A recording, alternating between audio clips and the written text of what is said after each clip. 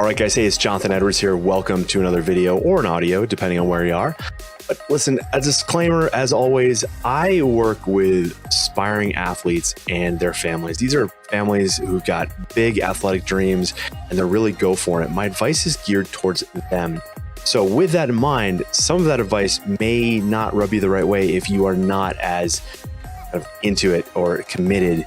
If you aren't willing to take 100% responsibility for your athletic experience, if you're going to blame coaches, blame the weather, blame something other than yourself, it probably isn't the advice for you. So if you're going to hang out, that's fine. Leave appropriate comments where necessary. But again, just a little disclaimer, this advice isn't for everybody. So thanks for watching. Thanks for listening. Let's get started. So if you're listening to me after the fact, if you're on YouTube or whatever, if you're listening on Apple Podcasts or things along those lines, if you could just hit the like button and make sure you're subscribed and any of those things, that would be much appreciated. And always, you can always send me a message, send me an email. If something I said like impacted you, just shoot me an email, coachedwards@athletespecific.com. That'd be great. I'd love to hear from you. Right. And be sure to share these with someone who needs to hear it, as always. So this final question tonight came up, and I really like this one. This is, should you delay college to pursue your athletic goals? Okay, and so I have some personal experience with this. I did that. So the first thing I did was, I was pursuing luge and the Olympics, and I was going to graduate in. The first thing I did was I transferred schools to also be an All-American lacrosse. That was because I wanted to play lacrosse in college. So I was originally going to graduate in 1990, which means I'm like 106 years old. And so I transferred schools. So I graduated in 1991, and there was the 1992 Olympic Games. And then there was the 1994 Olympic Games, because that's the first Olympics where they started to stagger them opposite 2 years. So I delayed college then, obviously, because I would have gone in 91. Instead, I would have gone in 92. But then with the Olympics like 2 years apart, I decided to defer again and thought about going back to school after the 94 games. And so, but in those 2 years, I decided I wasn't really keen on going back to school. Look, my lacrosse recruiting got weird. There was actually an error in my recruiting status. And so ultimately I went to Stanford for a summer where I could test myself academically. I took a double course load with full-time professors and just to challenge myself, and I did really well. And so you're talking to somebody who delayed college, and then you're talking to somebody who actually never went back. Now, personally, are there times that I wish I had gone to school and gotten a degree? Yes. However, those thoughts usually come in times when I'm frustrated at the growth of my business currently, and I just wish I could fall back on something, right? That's not swinging a hammer. But even then, swinging a hammer can pay better than some college degrees can. So when people ask this question, one of the first things I ask them as a family is, what do you think about a college education? Because it's different now. It's a different conversation than it was 25 years ago. It's a different conversation than it was 45 years ago. It's a different conversation than it was 65 years ago.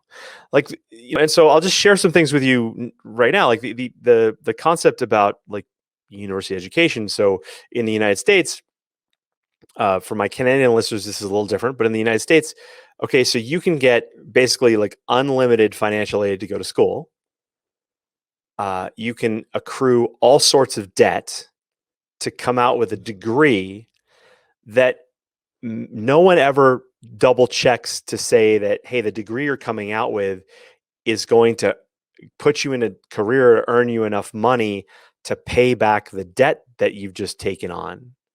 Oh, and by the way, you may want to buy a house someday, or those things. So that question is never asked. So you can pull on all the academic or the financial aid that you want to accrue, and then if you go bankrupt, you can't put that debt in the bankruptcy. Put everything else in there, but you can't put your student loans in the bankruptcy. So the universities have inflated the cost of going to school to such a degree because they know this is part of the game. They know they're always going to get paid. So now how you feel about that is going to basically predict whether you are going to go to school at all or not. And that always shocks because I have a lot of athletes that are like collegiate sports, like they're going to school, they're working real hard to play their sport in college, and I share that, and people are like, "Oh my God, why aren't you like all in on university?" I'm like, "Well, it's different for every family, right? And different families have different means and all that. So you're my job is not to judge your goal. My job is to help your athlete get there, whatever it is." Okay, so so the other thing about just degrees in general is that the odds of actually working within that degree are very small. Okay. And I can tell you that even later in my life, when I have been in situations where I've put in a resume somewhere, nobody's asking me about my college degree at this age. They're just working about like work history, and work history I think we're basically going to a stage of apprenticeship again. But if if your athlete wants to be a doctor, or they want to be a lawyer, or they want to be an engineer, there are uh, um, there are degrees that you need to get into those pathways. So that's something to consider. But if your athlete is unsure about what they want to do, um, then that's a discussion. Now, I have people listening to me now where they have athletes that are in sports that do not have a collegiate pathway. Luge, bobsled, figure skating, skiing kind of can go both ways. Equestrian can also go both ways. But I'm not talking about like soccer or lacrosse or hockey or things along those lines, right? Um, Gymnastics is an interesting one because there's the Olympic track, which is hardcore and it's scary, and it's gone through some really rough times, especially in the United States. But then there's also collegiate gymnastics, which is a fallback to some of those Olympic, aspirant athletes, right? So, but should you delay college to pursue your athletic goals? Okay, well, let's look at it from this perspective.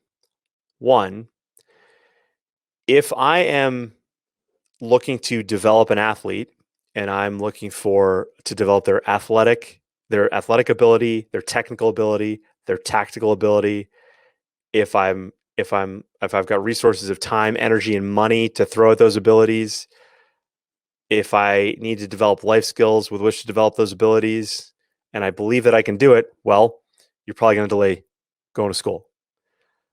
So I know a lot of Olympic athletes who have delayed college, and I know a lot of Olympians that never went back to college, and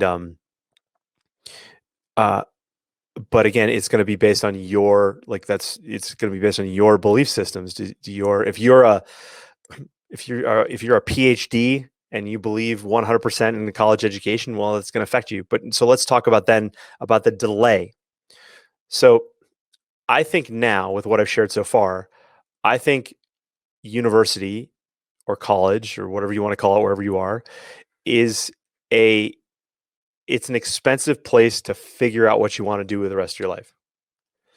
So deferring a couple years or 4 years before you go to college could be a very valuable thing to do with your life, because once you go to college, you're going to have a different perspective on what it is you want to do, right? Because by then you're going with a purpose, and that purpose, because I just don't think the purpose of school is to figure out what you want to do with your life. Because now, like, just for some perspective, our sons and daughters and our athletes now have a phone in their hand, and they have learned more than the adults that didn't grow up with phones like that than we can ever even comprehend, right?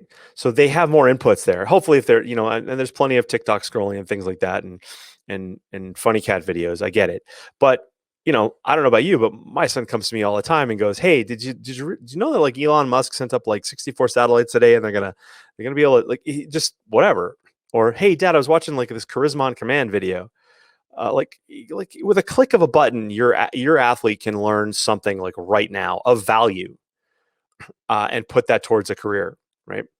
And so, and I do think we're going to be going more towards this apprenticeship model. So as an athlete, one of the things that I think that I would encourage an athlete to do is to look within their sport to the business avenues through their sport.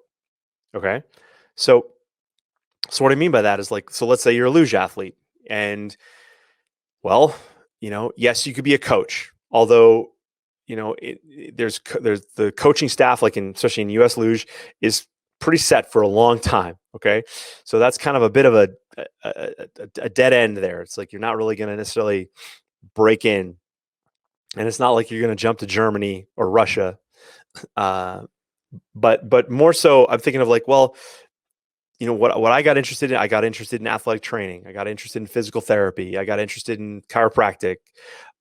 I was always interested in this type of work and mental performance work, but I didn't really dive into it until about 6 years ago.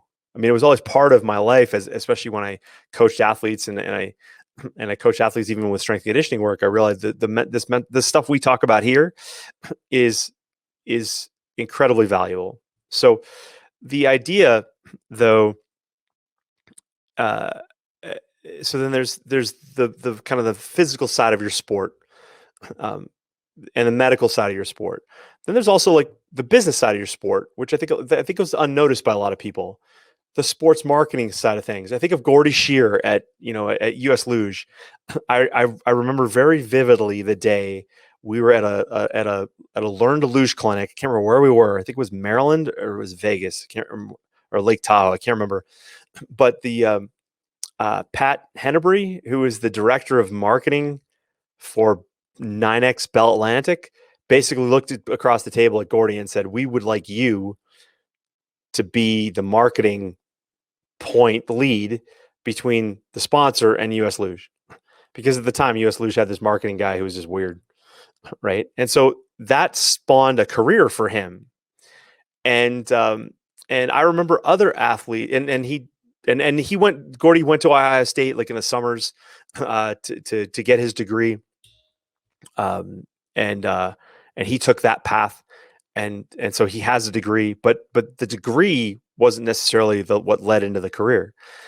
And I could tell you tons of athletes like that. I've got a friend up here in Calgary, Jesse Lumsden, who was a Canadian. He was a star football player in the Canadian. He went to McMaster in Ontario for college football, and then he got a try with the Washington Redskins, and then he played for the Hamilton Tiger Cats up here in Canada, which is a big deal.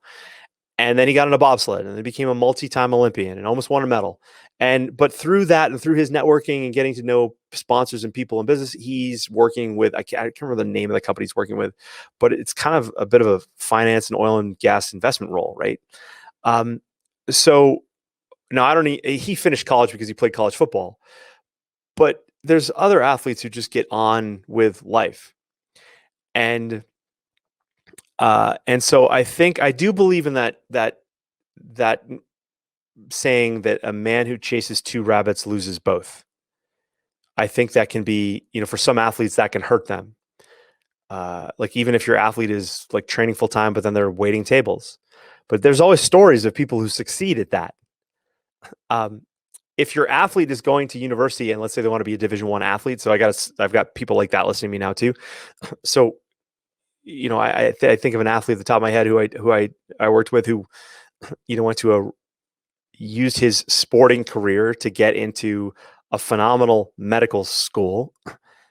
But once he got on campus, he didn't get the medical school. Oh, what's going on here? My screen is glitching. I don't like that. Oh no, I got a glitch in my face. What's going on here? That's weird. That's really bizarre. Sorry, guys, in the graphic here, I'm not sure what's going on. So I might wrap this up, or we might have to do a part 2 because I really don't know what's going on there. Add to stream. There seems to be a glitch on my screen. So I'll just talk this through because for those of you watching me right now, it's kind of weird. You see part of my notes, but but the rest of you will just have to hear my voice. The idea here, though, is that for that Division I athlete that went to the medical school, he was sold a bill of goods by the coach saying that yes, you could do your medical degree, but then the truth was once he got on campus that D1 school, they said you're not going to have time to do that. You're going to be a full-time athlete, and you're not going to have time to be that level of student. So you need to do something like communications, right? So there's that too. But if you're a Division II or Division III athlete or things along those lines, then you can work them both. But if we're talking like high end, like elite, you want to be a pro, delaying makes sense. A lot of my hockey guys that go junior hockey route and they have that that Division I route there for them. I've seen some athletes get that derailed. And so sometimes I'm just like, just focus on the hockey. Make that dream happen. You'll have plenty of time to go back to school. Now, the beauty now with online school is that everybody has the chance to just spend a little time. And I think a lot of athletes, you have way more time to recover from that. They what happens? No, that's not going to work either. That's kind of weird.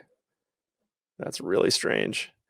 A lot of athletes do have more time, but when you are in the social aspect of being an athlete, you tend. Oh, there it goes.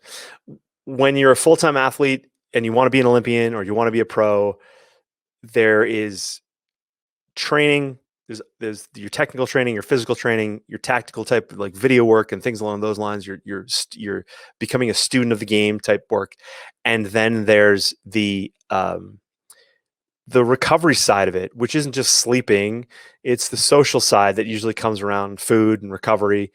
And that's not an easy place to all of a sudden ditch out and go do some homework. But with online stuff now being so readily available, it's as easy as ever. So it'd probably be good. I think an athlete can commit to being an athlete full time, but spend some time maybe doing a class, like one class here or there, and accruing those credits, and doing well so that they can put that on their resume, and maybe that saves them a year once they go to school. So now I also have plenty of teammates who, like being a winter Olympian, they went to quarter schools like Ohio State or Dartmouth, or I'm not sure if St. Lawrence in upstate New York is also a quarter school. So there's schools that run on a quarter system where you can fit them. Stanford is also a quarter school, right? You can fit those quarters into a year of training. And so there's options there. But again, you just got to be careful. Are we chasing two rabbits and are we going to lose both? Is it better to just focus full time? Now your athlete's going to say, oh, we should focus full time. Yeah, well, but I will say this. That you need to, what was I going to say? The athletes who a lot of parents think that their kids all of a sudden get lazy and never gonna amount to anything in life, and I don't agree with that. If your athlete is all into their sport right now, if they are committed and they're working hard at it and they love it, when that ends for them, and if you're in a sport where you're not going to make $1 million as like a commentator or you're not going to make you're not going to be like Michael Phelps and make millions of dollars in endorsements deal after your swimming career is over. There's going to probably be a year or two or more of figuring it out. Right. But I think even if you're not an athlete, you're going to go through that too. So, I think a lot of parents think their athlete is just going to be living in their house forever.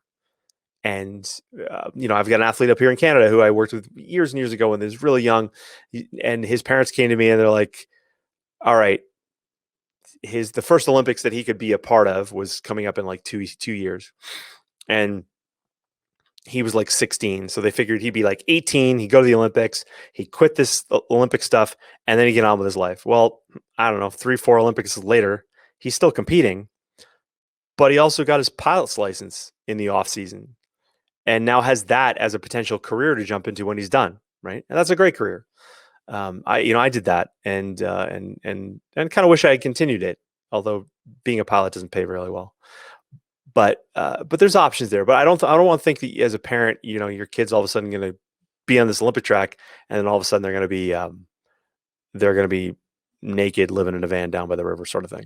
I don't think that's going to happen to your athlete. Okay, there may be a couple of years of trying to figure it out, but that's normal. And also, if you're an entrepreneur, so for my entrepreneurial families, finally, they tend to be a little more flexible here. My families though that have career parents who are nurses or teachers or they're engineers or they tend to put more weight on the school stuff as a door to what it is they know. So, but I would just be open to maybe your athlete having a different experience in life than maybe you had. And that's hard. That's really hard, but it's something to consider. So, all right. So I hope that helps. All right. So should you delay college to pursue your athletic goals? I would say yes in the short term, but obviously there's a lot more to it, and I just covered that. So I hope that really makes sense to you. So if that made sense to you, do me a favor, hit the like button, leave me a comment. Please share that with a family that's got to hear it, or an athlete that needs to hear it. And I look forward to seeing you guys next week. All right, guys, take care. Ciao.